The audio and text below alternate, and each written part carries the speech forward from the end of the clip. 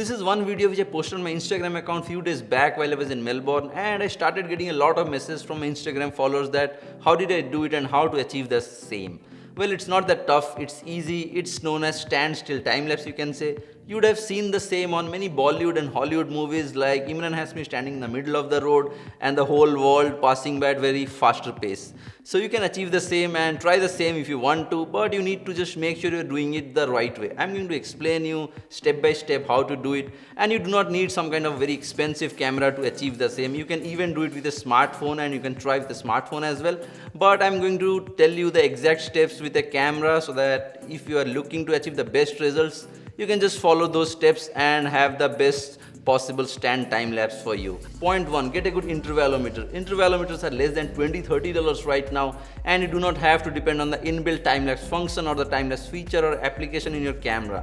I guess in 2017 almost all the cameras has got the time-lapse function already, which looks cool, but the thing is it doesn't let you control everything like ISO, exposure, shutter, everything. So best is to use the old method of intervalometer and defining all the controls yourself. Point 2, get a good strong tripod. If you do not have the camera mounted on a good strong tripod, you are basically going to have shaky footage every time someone passes by your camera or even the wind. Point 3, decide on the length of the footage you are looking to achieve. Of course, you cannot stand for a very long time. Like in this video, I've stood for around 7 minutes and I've got around 200 pictures with the intervalometer set to 2 or 3 seconds. So basically it's like 200 pictures going into a 24 frames per second timeline, and I'm getting a good time lapse of around 7 or 10 seconds or less.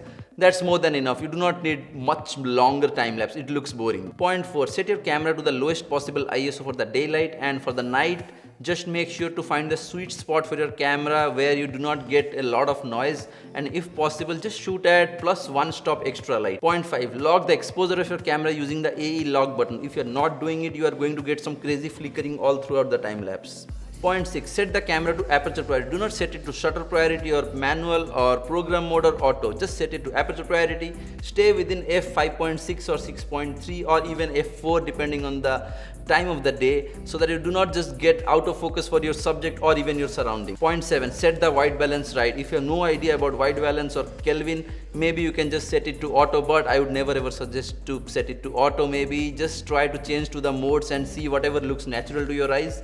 Set it to that white balance. Point 8, set the camera to manual focus. Do not ever shoot a time lapse keeping the autofocusing on. This is the worst mistake to do while shooting time lapse, and even I have done the same mistake many years back. Point 9, now it's not about the camera, now it's you. You are the subject and you need to stand still. You need to really stand still. And even if you have done any kind of weird activities while standing still and while the time lapse was on, you can just go ahead and delete those pictures from the stack of pictures before you take them to your time-lapse aggregator. So now your pictures are ready to get into your time-lapse editor, and you can just go ahead and cut out all those pictures which you do not want to be on the final time-lapse file. If you're really following those steps correctly, you can have a really good looking standstill time-lapse which your clients are going to love if you integrate them to your weddings, travel films, commercial films, whatever it is. So if you've still got any questions about standstill time-lapse, just let me know in the comment section below. Smash that subscribe button if you haven't done it yet, and don't forget to click on the bell icon to stay updated. I will see you next time.